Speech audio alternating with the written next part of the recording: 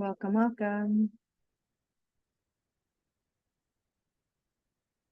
Give me a minute to Hi, how are you? let everybody in.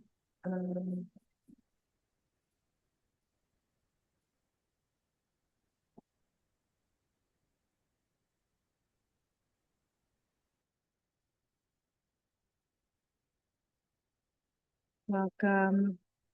Take a minute to let everybody in.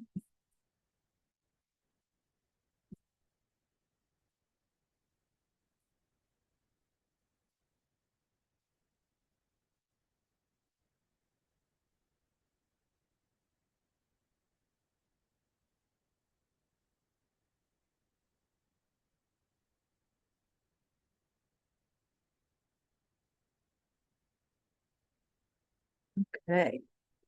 Thank you so much for joining me today. We're going to have a busy hour, so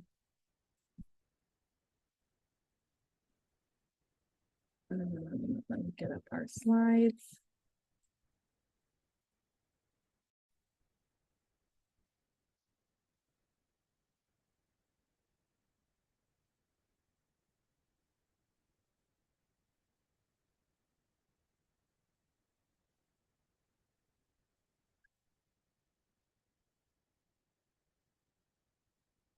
Sorry, I apologize. I'm still letting people in, but we're going to get started. So I'm very excited to give this talk. There's a lot coming at you, so I hope you have something to write with. I'm gonna post some a worksheet packet in the chat box. Feel free to post questions in the chat box. I will ignore them for the most part until 2 p.m. Eastern. Then I'll be answering questions there. But for now, I'm going to just post the worksheet there. I encourage you to download it and use it as we go along. For anybody who joins late, it will be posted on the website we're going to be using today, and you're going to get it in a follow-up email. So don't worry about that. Okay. So those people are still joining. So we have so much to cover. We're going to talk today about calling this talk After the License, the career they didn't teach you to build. Not to be a knock on doctoral programs. I worried about that title, but I felt like I feel that it's accurate. Our programs teach us to become psychologists. Our programs teach us to be clinicians, to do assessment, to build conceptualizations and treatment plans, and to help our clients, our patients. And they don't necessarily teach us what it means to have a career or a job within the field necessarily. And I think majority of psychologists end up learning on the job through trial and error. That was certainly how I learned. And I'm hopeful that this class, this lecture will give some direction for this topic. So my name is Dr. Chayabiba Kobernik. I am a clinical psychologist. I'm founder of the Therapy Should Work Project, which is an education and awareness project about evidence-based mental health care. And I'm director of the CBT-DBT Center, which is a group practice. So that's my conflict of interest disclosure, which is that I run a group practice. So I have my biases, as we all do. My biases are, I run a group practice. I want the right fit psychologists at our practice. I want people who will be happy at our practice. And in my brainstorming on that topic, that's what gave me the idea for this webinar and for the calculator and the worksheet that we're going to be using today. So a lot of good resources that we'll be sharing. My promise for our time is that I'm going to be as honest as I can think of to be. I am positive I have blind spots in my role as a group practice owner, and I'm going to share with you as honestly as I can within my biases. The math and the worksheet are going to be in front of you so that you have your own information to pull from. So that's going to give you, I think, hopefully a little bit of a framework for thinking about this topic that's outside of my biases. So like I started to say, your program taught you assessment, conceptualization, treatment. Nobody taught you what happens after the license, how the field pays, what different settings ask of you, how to tell which structure fits the career you want. And I think a lot of times we have our biases as to what the answers to these questions are or what the best options are. And I think a lot of that is often missing information until you're out and in it. Nothing's wrong with you if you're licensed and lost. We're not prepared for this. This isn't discussed. It's not taught. The training pipeline produces clinicians, hopefully really, really, really great ones, and then hands them into the situation of needing a career. I remember being on internship and hearing people say, oh, postdoc is like the wild, wild west. And I think I did not understand at all how wild westy it was compared to what it means to be in a doctoral program, what it means to apply to be in a doctoral program, to apply to be on externship, to apply to be on internship, are just very structured settings and experiences versus once you get to postdoc. Once you're beyond postdoc, forget it. There's really no rules, and you're not necessarily given the information until you're in it. It's something you experience and you learn from. So hopefully that's what we're going to accomplish today, is to give you a little bit of a framework for that. So personally, for me, private practice was never my plan. I assumed I would work in either a hospital setting or maybe in somebody else's group practice, but probably in a hospital setting. I specialized in DBT, which is really something done in a group model, and worked with very high risk clients and patients. And that was my kind of vision. I didn't really have much thought beyond that. And then on my postdoc, my mentor, who I had gone to the postdoc to work under her specifically, she left her position. And then I ended up building a private practice kind of by accident. And it kind of ended up working out really, really, really well for me in all the areas we're going to discuss today. And I would love for people to make decisions like that with a lot more intention than I did. I think that there could be a lot more intention than what happened for me. And it did work out really well for me. And I want to share from what I learned. It seems to me, and I think it's a little bit different within psychology than in the general mental health space, but definitely within the general mental health space, it seems to me that the field views success as having your own private practice. That's kind of the kind of the default or the assumption that that's kind of the finish line or that's the ultimate success. And so any other sort of jobs are maybe mid-climb. I think in psychology, it's a little bit different because I think we do value hospital-based work or teaching positions or research positions. I think there are other things that are viewed as valuable or as successful. But within the general mental health space, solo practice is certainly, I think, seen as the ideal or the end game. And solo practice is a wonderful fit for some clinicians and a miserable fit for other clinicians. And excellent therapists can be in both groups, obviously. And somewhere along the way, being an exceptional clinician in any setting, I think, stopped being a destination of its own because the excellent clinician, needs to find the setting to thrive in.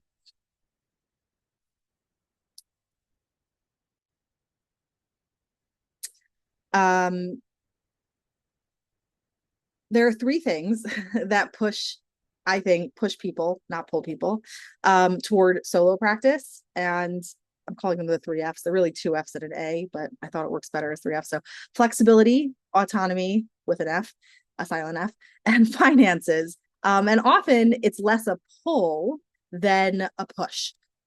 So what often happens is, just like my story, right? I was kind of pushed into it accidentally. Other people join other settings and they have a crazy heavy caseload, low salaries that just are not financially feasible, thin support, and it makes solo feel like the only exit plan. and like the ultimate place to kind of be pushed into, rather than I want to choose to open a small business, which essentially is what you're doing. And I actually just yesterday randomly on my LinkedIn feed popped up a post on exactly this topic. Somebody wrote, somehow start your own practice became the default career advice, like telling every great teacher to open a school. And what I noticed from the hundreds of posts is people did not describe running toward entrepreneurship. They described running from settings that failed them. I think the answer to a bad employed setting isn't automatically solo, or shouldn't be automatically solo practice. It's a better built setting. So hopefully we can all find the right setting for us. But I hope that today is going to give you a little bit more clarity in how to figure out what that means. So just to address the three F's. So the first one, flexibility. The promise is your schedule, your hours, your calendar. The fallout is that flexibility does not come with backup. So if you're going to go on a family leave, vacation, a family crisis, a month where you can't work, in solo practice, no one covers your caseload while you're out, and no revenue comes in either. So there's flexibility, but there's also not flexibility in a way.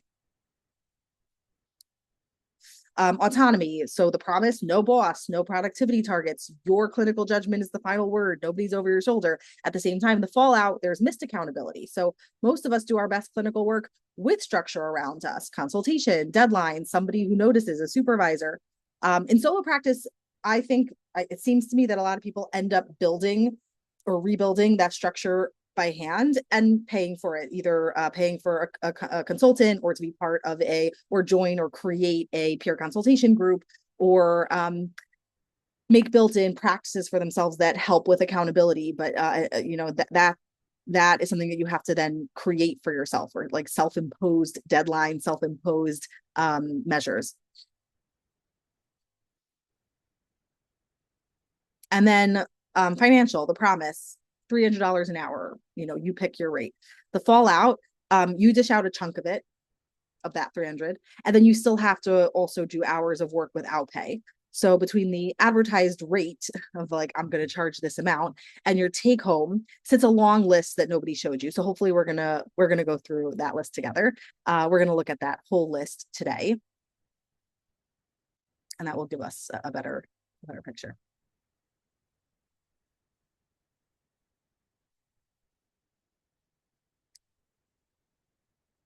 So I think the real case for solo practice is intentionally choosing to open a small business. It means the math can clear the math, the actual math, the true math can clear your floor and then some. The business side can be work you enjoy or are glad to learn. I did a lot of learning. I spent so much of my unpaid working hours learning business skills, so many varied business skills. It was like learning a whole second career after becoming a psychologist. And I enjoyed that. So, having that as part of the calculation. You answer to your own clinical judgment, and you build something that is yours, and keep the upside. And some of you are going to thrive doing exactly that and be thrilled doing it. That will be your joy, and that would be a wonderful thing. And hopefully the framework I'm going to give you today is going to make that obvious, why that's such a good fit for you. And I would want that to be intentional, is my point. Solo, I think, tends to win for clinicians with at least some level of risk tolerance. What I often see is people who have poor risk tolerance wait a little longer, but eventually do go to solo practice also. And then they still have to sit with that level of risk.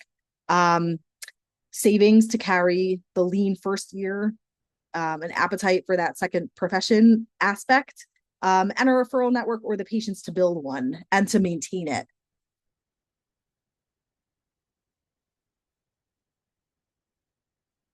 So I'm making a few different categories here: solo practice, group practice, agency, clinic, hospital, or hybrid approaches. Which is right for you? Let's break this down into 4 parts. And I think unfortunately, people tend to evaluate these choices through one lens, maybe one and a half lenses, maybe it's money and maybe like a vague sense of freedom or independence, and not necessarily take in the other pieces. So hopefully this is going to give us a nice framework that I've been hinting at. So the framework is four aspects to look through. One is the financial reality. What must the work reliably provide for me to hit my floor? Two, values. What do you want your working life to be in service of? What do you actually care about? What's your mission? What inspires you? What do you want your career to be about? Three is strengths and energy. Where does your best work live? Where are you successful? Where are you in your genius zone? We're going to talk about that. I like that frame. And season of life. What season of life are you in? Are you building a family? Are you struggling with your health? Are you relocating? Are you in a really tight financial spot and you need financial stability? Those are all going to be the container that's going to impact what the best fit career currently is for you. That doesn't mean you have to be married to that approach for forever. So career structure is kind of the vehicle, and these four lenses tell you what you need it to carry for you. So first, let's do the math before you fall in love with a structure. A solo caseload comes wrapped in unpaid hours. And I think everyone knows this to an extent, but I want to really drag it out now. It can include scheduling. So scheduling can be really simplified. It can also take up a lot of your time. So it might mean, let's say, for example, you do a 15-minute free consult with every new incoming person. So first of all, you have to know how to do a sales call. That's a totally different skill set, not the same as how to do an intake. You have to know how to wrap that call up. You have to know how to spot red flags and get off the phone with somebody inappropriate, or you could end up doing an hour-long call with somebody who you're never going to be able to treat, and now you have to find referrals for them. And then you have to also deal with the scheduling aspect, which is so it might be setting up a website where people can click and see your calendar and schedule, or it might mean doing that stuff by hand, or it might mean outsourcing. Those are all different options, but that's one thing. Another thing is billing. Some people prefer to bill by hand. Usually if you are billing by hand, you're going to keep more rather than if you use a processor that takes a big cut. If you choose to bill by hands more, for example, taking cash check or maybe credit card through a processor that you know or whatever, or that you do by hand, as opposed to through a built-in EHR that it's part of, you have more control, you keep more of it, but you also have to chase people a little more. You have to provide the invoice, the receipt, the super bill. So you have to do a lot more hand done work for it, and also the chasing. Chasing is a big part of many businesses, like outside the field of psychology. Chasing people for payment is a big part of many small businesses, and the ease of doing it within an automated system that takes a much bigger cut, but is automated. That's a decision point, and that also can be a chunk of your time. Even if you use an automated system, you still have to, what if the credit card doesn't go through? What if the person rejects the charge?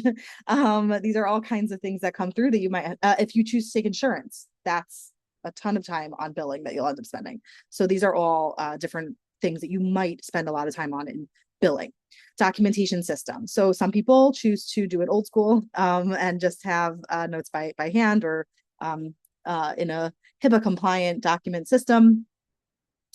And some people most people I think choose to use some sort of EHR platform like Simple Practice or Theranest or Therapy Notes or the million others that are out there these days. These definitely simplify things, but they also can take a nice amount of money. And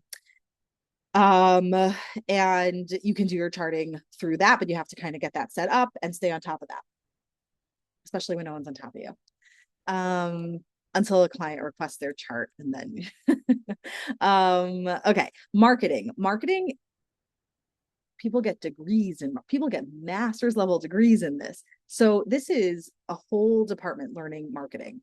And I think that therapists do not need to get a degree in marketing. And you will probably need to learn some of it or something from it. You might end up learning a little bit about copywriting or a little bit about design or a little bit about networking and that kind of marketing. And you'll have to learn something. You're going to have some. I've met clinicians who kept a full practice for 10 years and then it all dries up. It's something you're going to have to keep working at. It's not something that you do once. You have to keep doing it. And so you might not be good at, you will not, I promise you, you will not be good at all of the skills in marketing. In fact, nobody who specializes in marketing is good at all the skills in marketing, which makes it really, really hard to outsource this because you can't hire somebody to take care of your marketing. I mean, you can, but it's its own mess. It becomes its own mess because nobody can do everything. People have the things that they're good at. And so for sure, you're not going to be good at everything. You're going to find the things that work for you, whether that's, offering a free class like this, or going to a networking event, or going to a conference and networking there, whether that's, meeting up, doing coffee dates with other mental health professionals or with aligned professionals, like let's say, if you work with the perinatal population and then you offer some free classes for, or you go and meet with OBGYNs, that would be a way of marketing. Instagram, LinkedIn, TikTok, and obviously social media can be ways of marketing. But these are all legitimate. They're all valid. They all work to different degrees. And you have to find what works for you and a rhythm that works for you. But that takes up unpaid time. Referral calls. So that's those 15-minute calls I was mentioning before, which, by the way, a bunch of those are not going to lead to a paying client. Compliance, making sure that your systems are up to speed, that everything's HIPAA compliant, making sure that your supervision notes are, if you're supervising somebody, that you're signing off on time, that your systems are smooth, that everybody who's high risk has a safety plan in place, everybody who has all their consent forms signed and things like that. Operations kind of stuff, systems kind of stuff, and bookkeeping, finances. Finances can become a whole nother department that you might not be great at. You can't be great at everything. So some people are really great with finance and they manage their own stuff. And they have their accountant, but they're able to work it out with their accountant and it's not a big deal. And for some people, they need to outsource this part because it's a whole project. So for most solo clinicians, there actually has been a little bit of research on this. I kept trying to keep the slides a little clean, so I didn't include all the stuff, but it seems between the couple studies that were done, it's somewhere between 6 to 11 hours a week on average. And that number can actually vary as wide as 5 to 25 hours a week. But it really depends on the person and the practice and the season of the practice. For example, an earlier stage practice versus a later stage versus a scaling practice, those are all going to have different amounts of time. But I think that it's helpful for you to make a little bit of a mini gauge of how much you would maybe think, like, if you're considering a choice around this in the next 6 months, what would be the amount of time over the next 6 months you'd have to invest of unpaid working hours.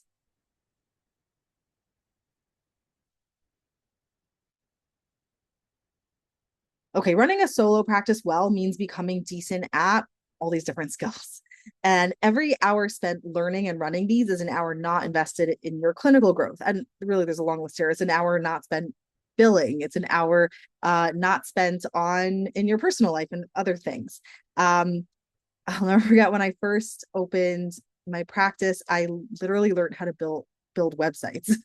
And I took multiple courses on this. Like I spent many hours learning, and I built multiple websites until I landed on my thing. But you don't have to learn that skill. Like I said, there are many skills you can learn, and you're going to have to outsource some.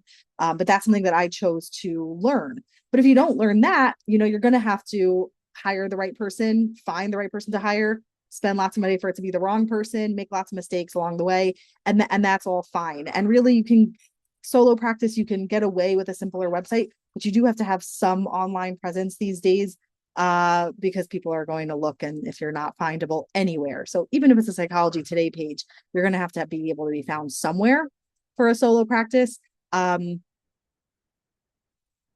but there's even like an entire I took an entire course on how to write your Psychology Today page. So there's lots of different areas to invest in learning that are not relevant to your clients from a clinical perspective. And I think that's just something important to be aware of and honest about and, present with.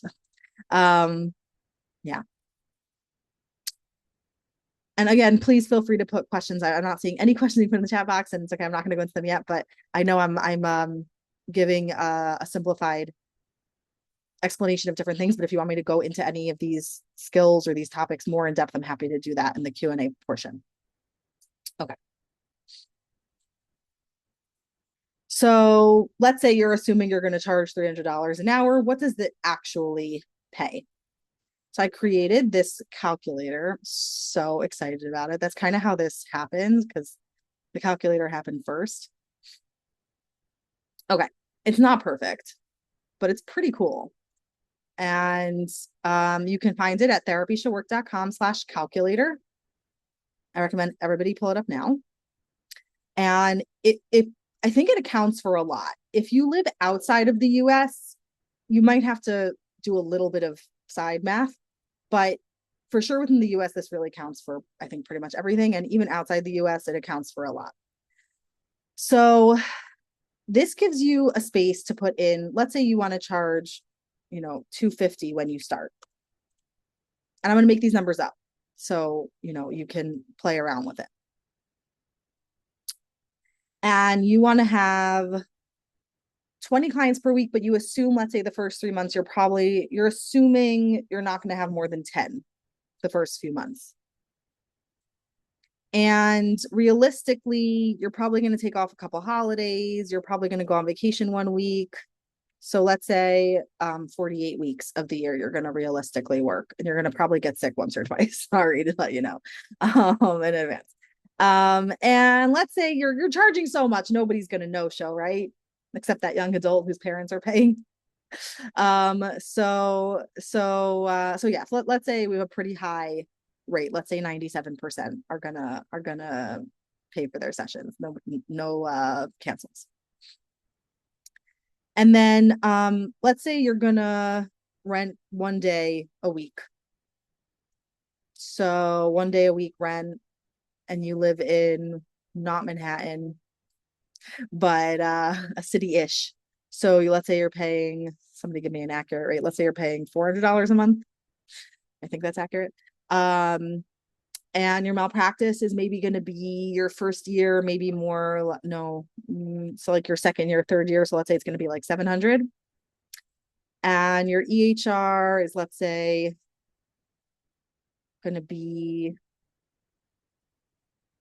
like, let's say $70 a month, phone maybe another $20 a month, and like other software. So let's put it in for 150. Billing, bookkeeping, accounting, I think that's a pretty safe number. Everything else, I don't know what I'm predicting. I'm gonna put that in for my budget. Website, directories, and marketing, I think that's a reasonable budget for that, especially first year. But you feel free to play around with that. And you want to leave $3,000 for your CEs and for consultation calls, anything like that.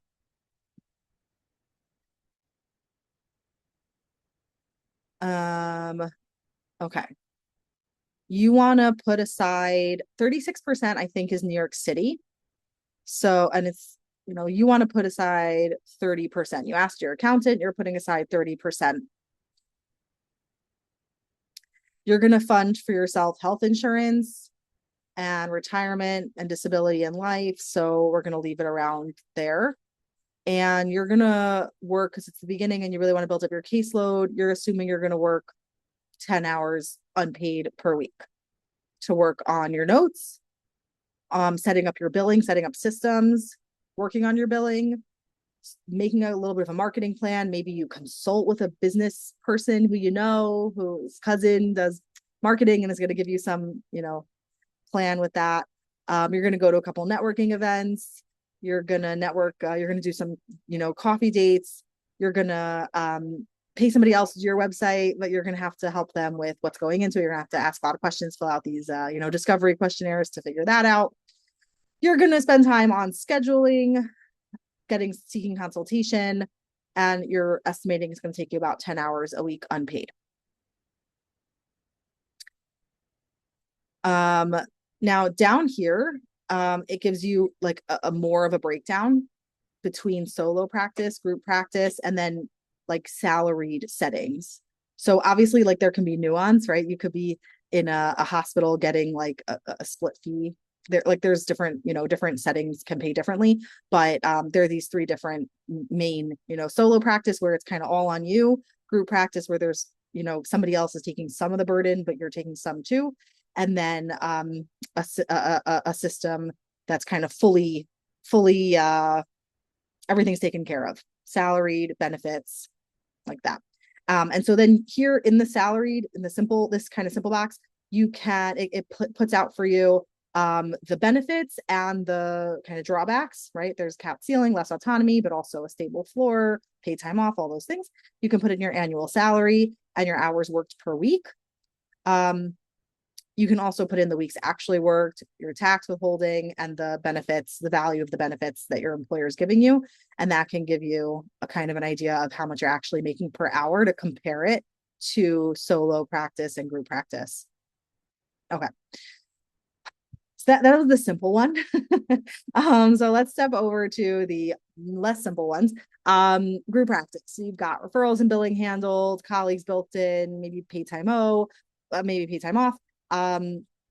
Floor might vary by group. Health insurance is pretty rare in a group practice setting. Let's say you're doing a 50% split. Let's say you're a W-2 employee, which means that they're handling your taxes for you. Maybe you get 2 weeks paid time off, 30% tax rate. Maybe you still fund your health insurance and retirement. And maybe you still do a little bit of unpaid hours, let's say like notes and like some, let's say collaborative calls. And then let's compare that to solo practice. And the solo practice, there's not all those sliders down here because it's pulling from up here. So in the solo practice, that's the breakdown. And then I'm comparing it to my group practice and agency job where you'll have to put in more accurate numbers to get a better picture, but I hope this gave you a sense of how to use this and how different things break down and how many, different pieces there are to it that really make that bottom number of how much you're actually making per hour so different. And I think it's really hard to see that when you're going in. And it's even, I think, hard to see it when you're in it. It can be really hard to see it because you're getting this paycheck at the end, but it's, mixed in with all those different other factors that you're not always fully thinking about when you're in the flow of your job, and you're focused on your clinical work or on other aspects of your work. And so I think it's really helpful to take the time to put in these numbers and see how it plays out for you. So that is the calculator. Okay. Sorry, I know I said like question at the end, but if anybody could post in the chat box, like, was that should we do any more on the calculator for now, or we'll come back to it by the Q&A? Any immediate questions on the calculator that I should run through now? I got one super helpful. I'm gonna wait for 2 more.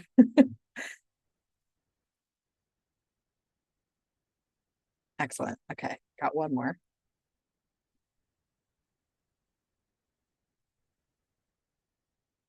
Excellent. Okay, great. Yeah, the numbers I put in are per month. Some of them not, like the benefit stuff is not per month, but most of them are. It kind of specifies it as you go along. But yeah, we're going to come back to this at the Q&A section. I just wanted to make sure that the way I went over it at this point in the presentation is clear. Okay.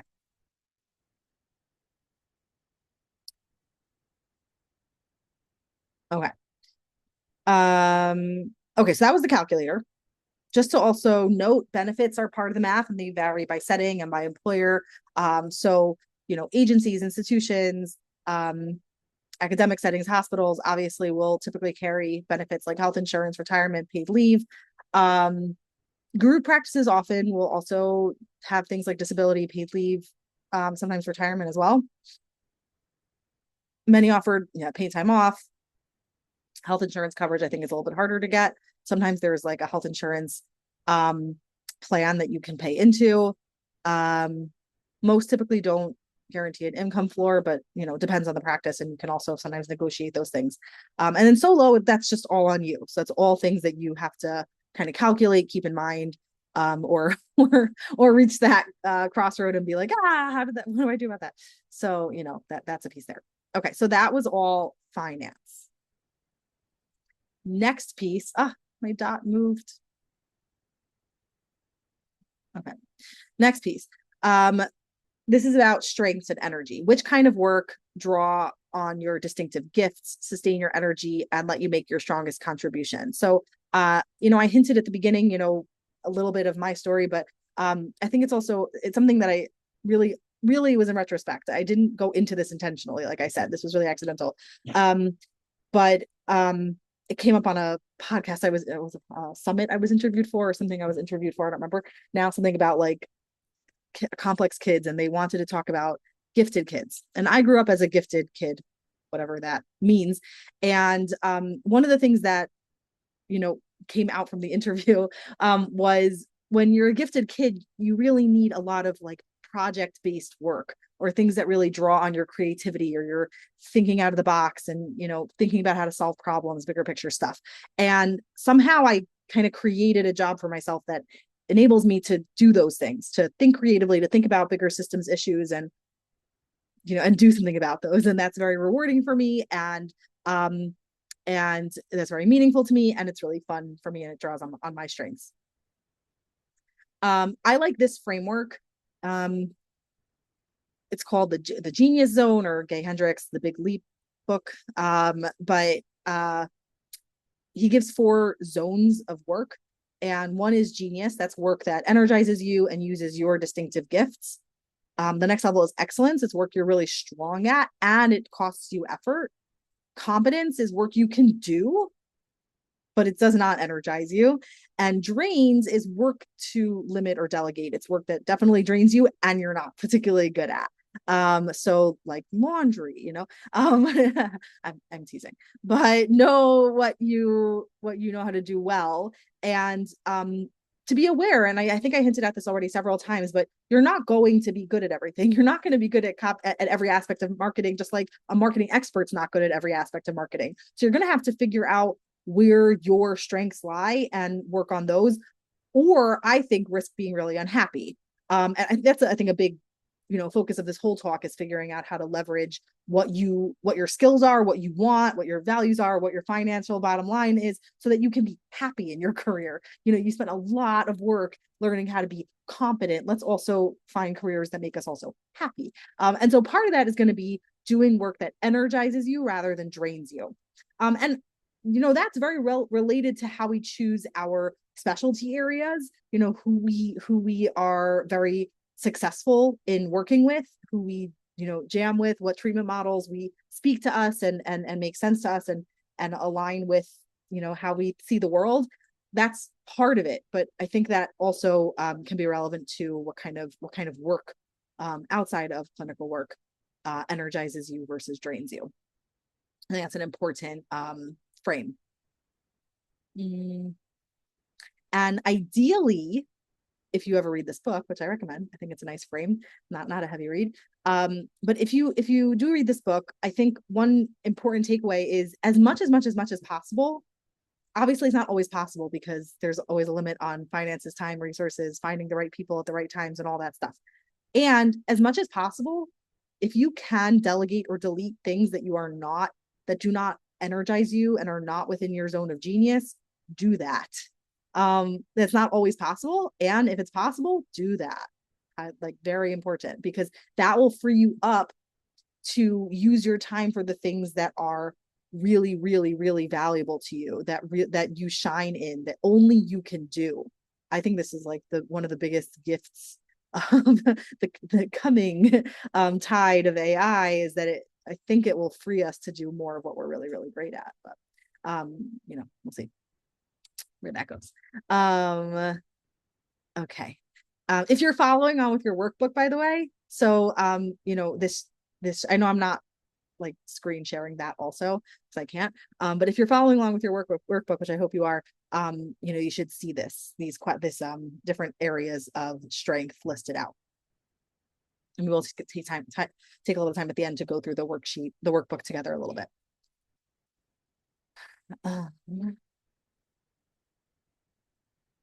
Okay, so we talked about all this stuff a little bit: networking, business development, marketing, operations, financial management. These are all aspects of running a business. Um,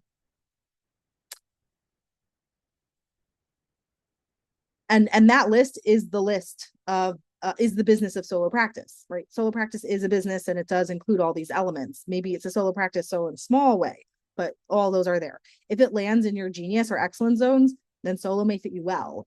If it lands in competence or a drain, especially, then solo means, I think, paying twice in a way. Once in those hours, like you're spending time on those things, but you're also sapping strength or energy for the things that do energize you or that you are very successful at or that are your areas of genius. And it takes away from the strength and values work that you could be doing in those times. So I think just to, be mindful of that. Okay, third lens is values. So I assume as psychologists, we're mostly aware of values work or values, the idea of aligning our day-to-day actions and our lives with our values. And I hope that that will be an important part of your career choices. So values are chosen directions, what you want your work to stand for, even when it's difficult.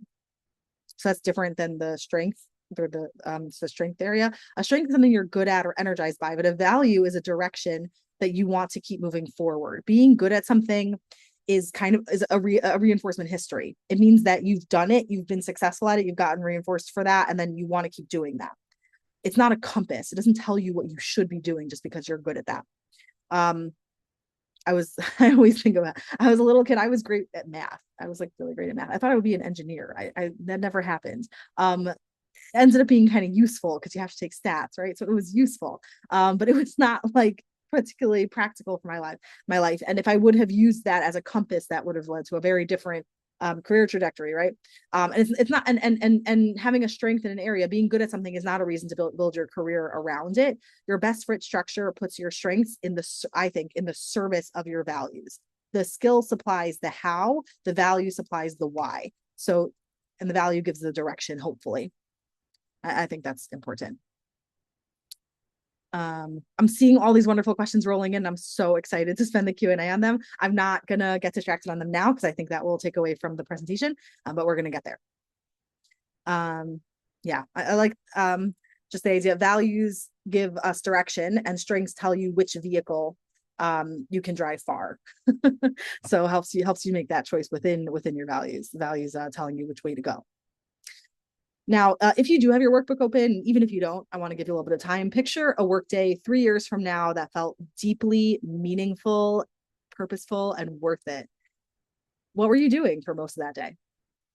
I'm going to be quiet for a minute, and I want you to take a minute on that.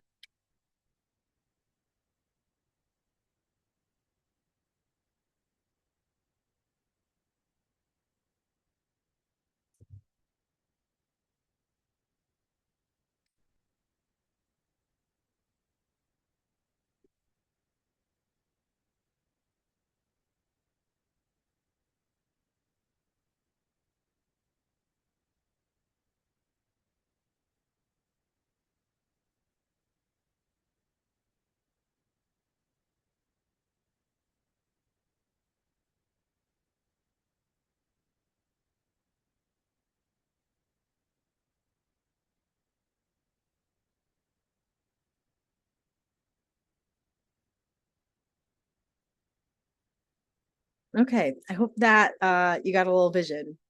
Um, not I'll say for myself, not every day feels like this, but there are a lot of days that feel like this.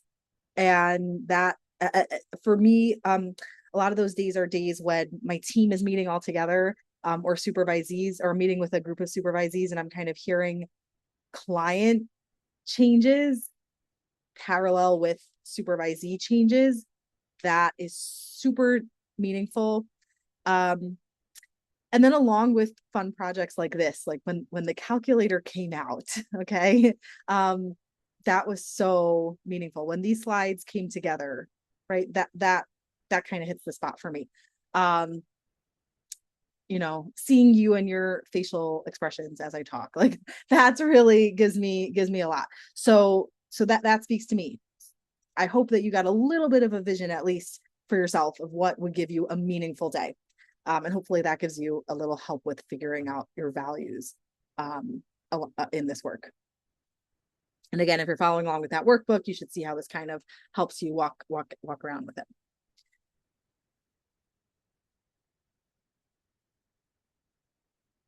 And I will also say the answer rarely features billing.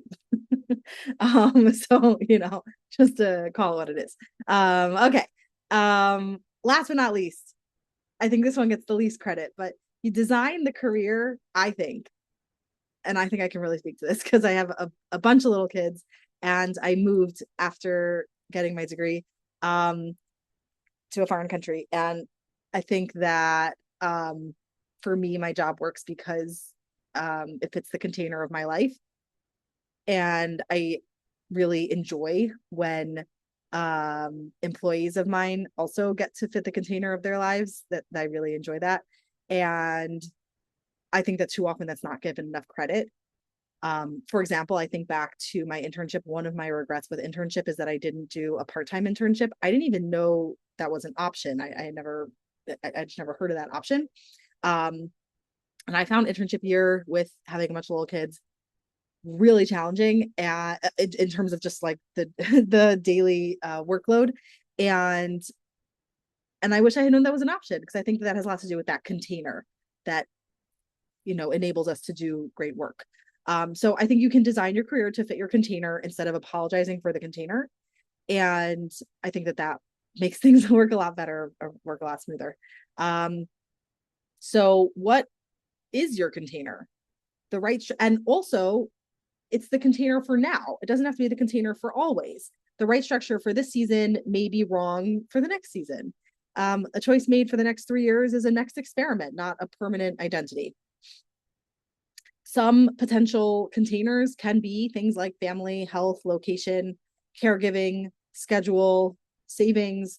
When we graduated in my cohort, I know some people had no debt and some people had tons of debt, and some people had something to lean on, and some people did not. And that really impacts the container. That doesn't mean that has to be your forever career. That doesn't have to shape your entire career identity. And I think it does create, like I said, like that container. I think also what I also wanted to say, I think sometimes our field makes it sound like these are obstacles, when really this is normal life. Everyone's going to have lifestyle parameters. These are design parameters. Yeah. And I think it could work out really nicely when you honor that. So, therefore.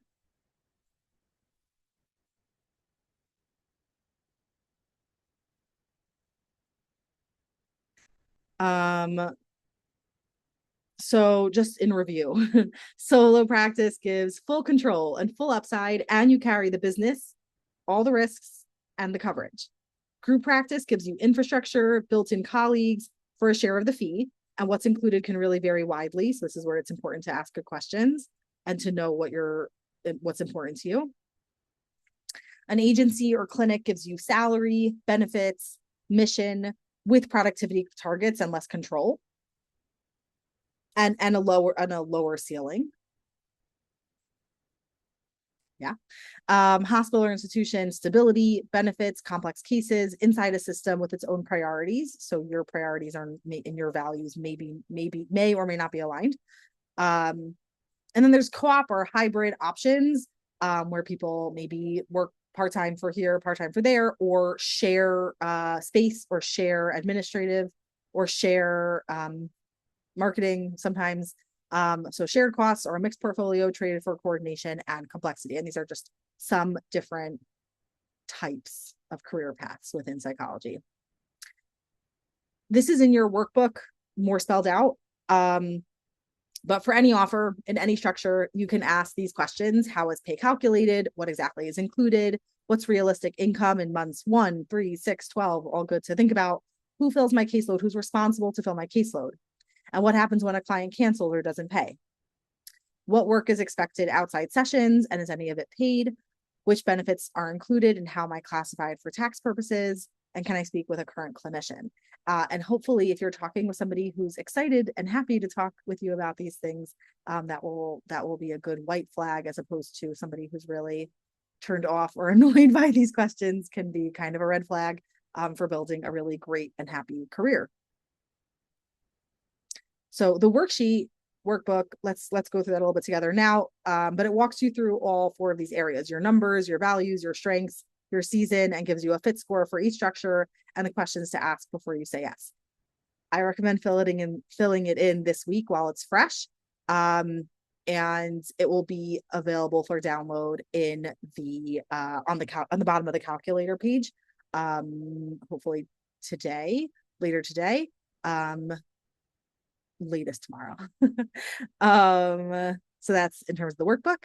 And yeah, just to wrap on this before we go into the workbook and then into the Q&A, a career with enough alignment to sustain you has the numbers work, the daily work uses your best gifts, not everything, it's not going to always be like that, but the daily work, or the majority of it, the mission fits your values, and the lifestyle fits your current container.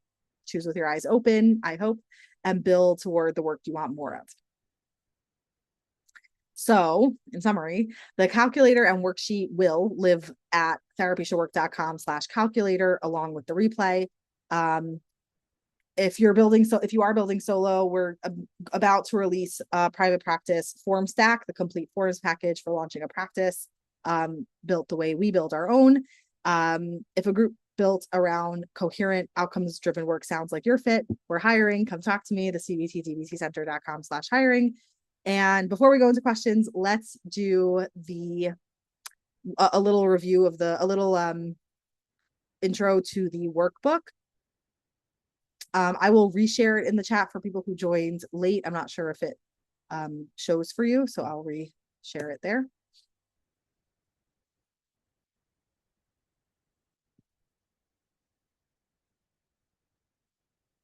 Okay, so here is your lovely workbook after the license, career fit decision worksheet.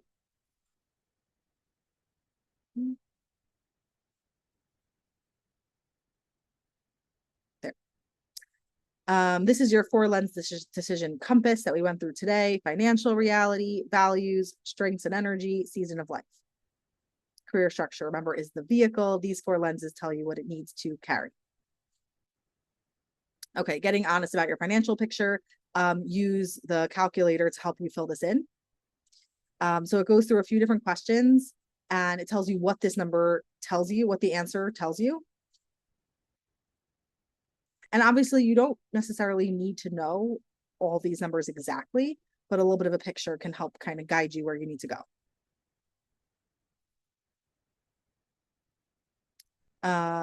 This is financial path scan. So it helps you look at, for each one, what's the financial upside and the risks/cost.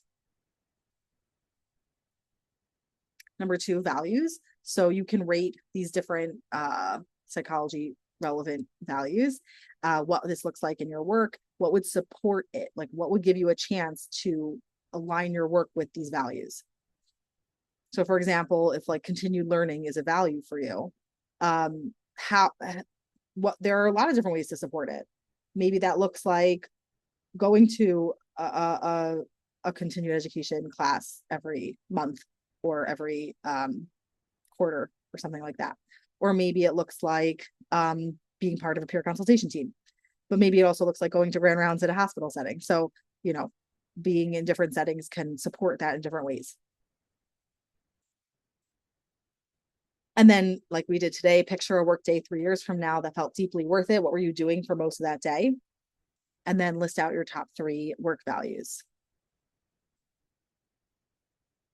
My strengths and energy profile. Notice where your distinctive gifts, sustained energy, and strongest contribution overlap.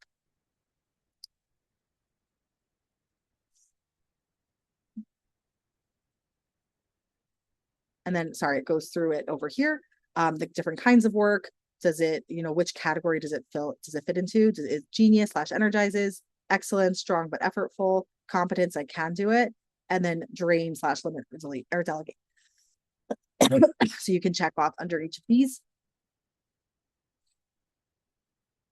And then also just thinking of these last few as a second job test. These last 5 rows are kind of business skills. And if they mostly land in genius or excellence, solo or group practice might fit you well. If they land in competence or drain, solo means paying twice, like we talked about. And then do you notice any patterns, the kind of work you want more of, the kind of work that energizes you, that is in your genius zone? And then lastly, my season of life. Are any of these relevant? What do I need from work in order to fit my container? And then now you can rate the structure fit matrix. How much do each of these fit the 4 different areas? And then you could write out the strongest fit for this season, why it rises to the top, the biggest trade-off that you'll have in choosing this, and what would change the answer. So maybe if I worked in solo, but I also had a part-time teaching position. Here are some questions that you can use before saying yes. And then you can write in what answer you got and flag it. Decision summary, and here you can write all those, the summary material out. And a closing reminder, build a career you can keep loving. That's my message. The goal of this exercise is not to scare you away from any one path. It's to help you build a career with enough alignment to sustain and inspire you. One whose numbers work, whose daily work uses your best gifts, whose mission fits your values, and whose structure fits the life you're living right now. A thoughtful choice today is not a lifetime commitment. It's the next version of a career you can keep shaping so you can grow, contribute, and feel energized by your work year after year. Choose with your eyes open, build toward the work you want more of. That is my message. So I hope that was helpful. Okay. Stop sharing. Okay, I saw a lot of wonderful, excellent. We're doing perfect on time. We don't need slides. We don't need anything, right? We need questions. Perfect. Okay. So now I'm taking questions. Please feel free to put them in the chat. I'm going to try to go in order. So first question I saw was sent privately. Some questions are sent privately. I'm an intern now, but I always wondered how much it costs / benefits a practice to take on an unpaid extern. That's a good question. You devote some time to training and supervision, but get a lot of billable hours in exchange. How do you calculate that? That's a great question. I do take externs, and I spent a lot of time. I'm not terrible, but I'm not great with finances. So that's something I outsource a lot. I've outsourced over the years, and I'm happy with my current setup. And over the years of outsourcing that, I've had to explain that to several different financial teams who are not in the therapy space, and to explain to them what that role is. So it can sound really great, right? It's an unpaid extern. Doesn't it sound really great? The factors to consider are, so first of all, there are things you're paying for. If you're paying for office space, are you paying for their EHR? Are you paying for admin support for them? Are you paying for any like marketing support for them? Things like that. You're also paying for supervision time because the supervisor is not seeing a client during that time. So all those things are costs to you. And then you also have to be able to fill them. So you have to be able to fill that extern, and that costs you time to do the marketing necessary to fill their caseload. So those are all the costs that go into taking an extern.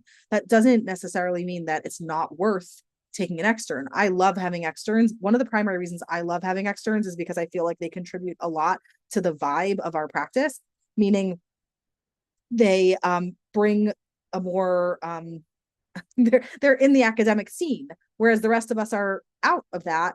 And externs bring, more of that focus on that, right? They're talking about their cases in classes, right? They're using them to write a report. They're much more focused on that, and they're more in the sphere of being in current research. And I find that that contributes a lot to our team. So those are benefits that I appreciate in an extern, over just, how much we're able to bill, which is often, like I said, not necessarily massively well offset by there are costs to taking an extern. So I hope that answered that question.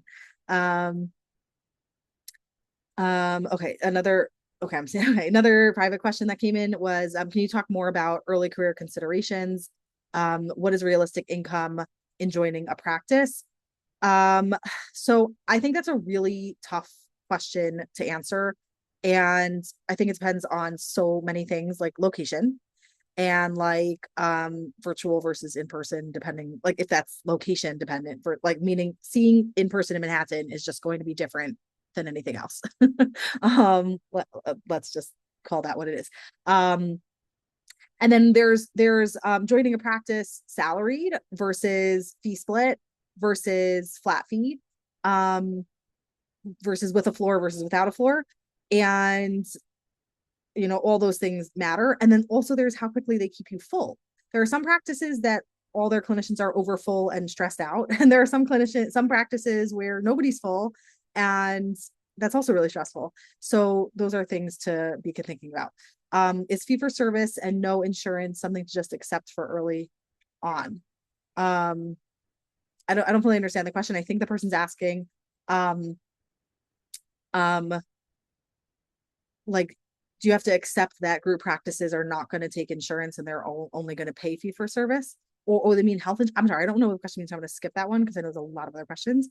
But I will come back to it if you clarify your question more. Okay, going back to other questions in the general chat. Wow, I went too far. Here we go. Okay.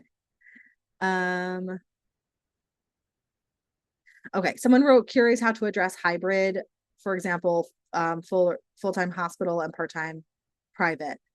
In terms of the calculator, I'm assuming you're asking, and I think you would just put in both and then add them, or average them, depending on which number you're trying to look at, like bottom line salary versus hourly pay. Okay, next question. When doing a 20-minute initial call with a potential client, what do you recommend to focus on? I recommend for that, if you want, I think a lot of therapists think that that's the right or ethical thing to do. And I think before you decide to do that, you should take at least a mini class or a mini series on sales calls, because as a psychologist, you are not trained in what you're supposed to be doing on that call. And it's really easy to just completely blow that call and do it's just a waste. In my opinion, you're potentially doing more harm than good, because you're trying to do a sales call when you're not trained to do that, and you're going to end up not knowing what you're doing, or using an incorrect skill set or an ineffective skill set for that setting. And so that's what I would recommend. And learning how to do sales calls is a completely different skill. I would just stress that. And there are lots of, brief courses you can take on. You don't have to like take a 6-month seminar. You can and listen to like a 2-hour YouTube class would be more than sufficient. Okay, the calculator's genius. I wasn't going to read this part, but sure, why not? Thank you for that. Were you able to take into account that the expenses in the private practice are pre-tax money / aren't taxed? Yes, that's what the slider is on the taxes part. You can slide how much you want to factor for the taxes.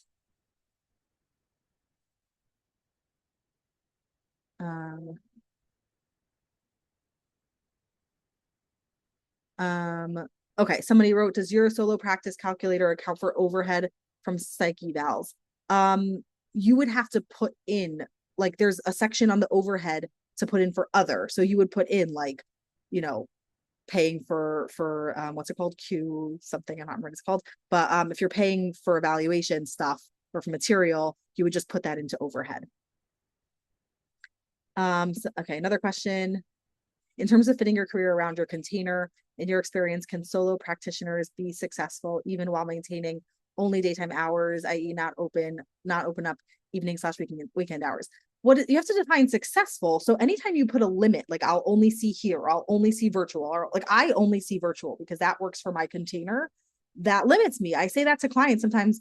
Just a client today, a new client said to me today, it's really hard for them the Zoom, and they really feel like maybe they want to work with somebody in person. And I was like, you should do that. Like that's a real limitation. And that's not something I'm willing to change right now for me in my container right now. It's something I would like to change down the road, but not right now. And yeah, if you're only going to work daytime hours, you will lose clients. That doesn't mean that you can't fill. But you might have to work harder on your marketing. You might have to work harder on your networking and your design and your copy and all those other stuff. Then maybe if you were more flexible, it might be easier to fill. Same if you take insurance. It's a lot easier to fill if you take insurance. So there's all kinds of variables like that. I can't say one variable. Just any limiting variable is going to limit you. I remember when I was applying to graduate school, my professor said, if you only are willing to go to clinical PhDs, then you're more limited. So you have to, be willing to flex on something else. So are you willing to flex on location? Are you willing to flex on type, like school versus clinical? Are you willing to flex on PhD versus PsyD? You have to flex somewhere as backup, like to hold as your backup. So I think same thing with solo practice. You have to flex somewhere. If you're only going to do daytime, then maybe you have to see different types of clients, or maybe you have to charge less, or maybe you have to take insurance, or maybe you have to work harder on your marketing, or maybe invest more in your marketing, or those are all factors. Next question, in your experience, both your own and consulting, how much time and savings do you see new practice owners having to set aside / reserve during the startup period? It's really hard to say. I think a safe number, this is going to sound really crazy, but I think a safe number early on is as much time as you're spending in your business, you have to be spending at least the same amount of time on your business in the beginning. So if you are seeing 5 clients, you should be expecting to put in at least 5 hours working on your business, at least. That would be my estimate. Yeah. Okay, more questions.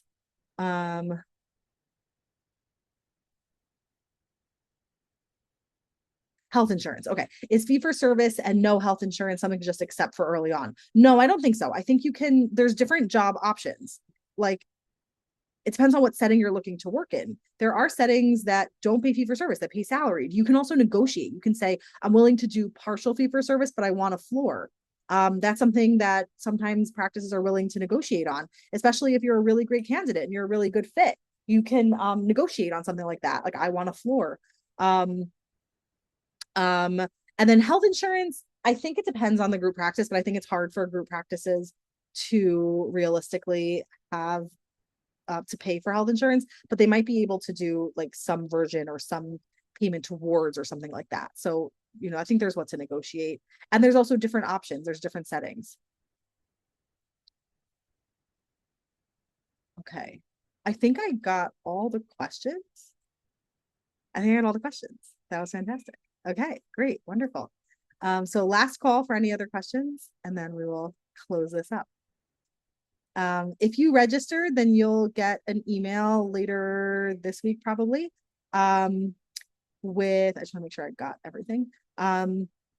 With a link to the calculator, the download for the workbook, and a link to the replay.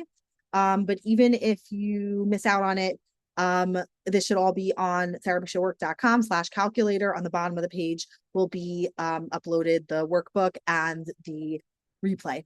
So hopefully that will be really, really helpful. Slides, no, I'm not gonna show the slides. But everything else will be shared. And yeah, I hope this is really, really helpful. And I hope you're able to build a career that you love and that is built with intention and that suits your 4 areas. Yeah.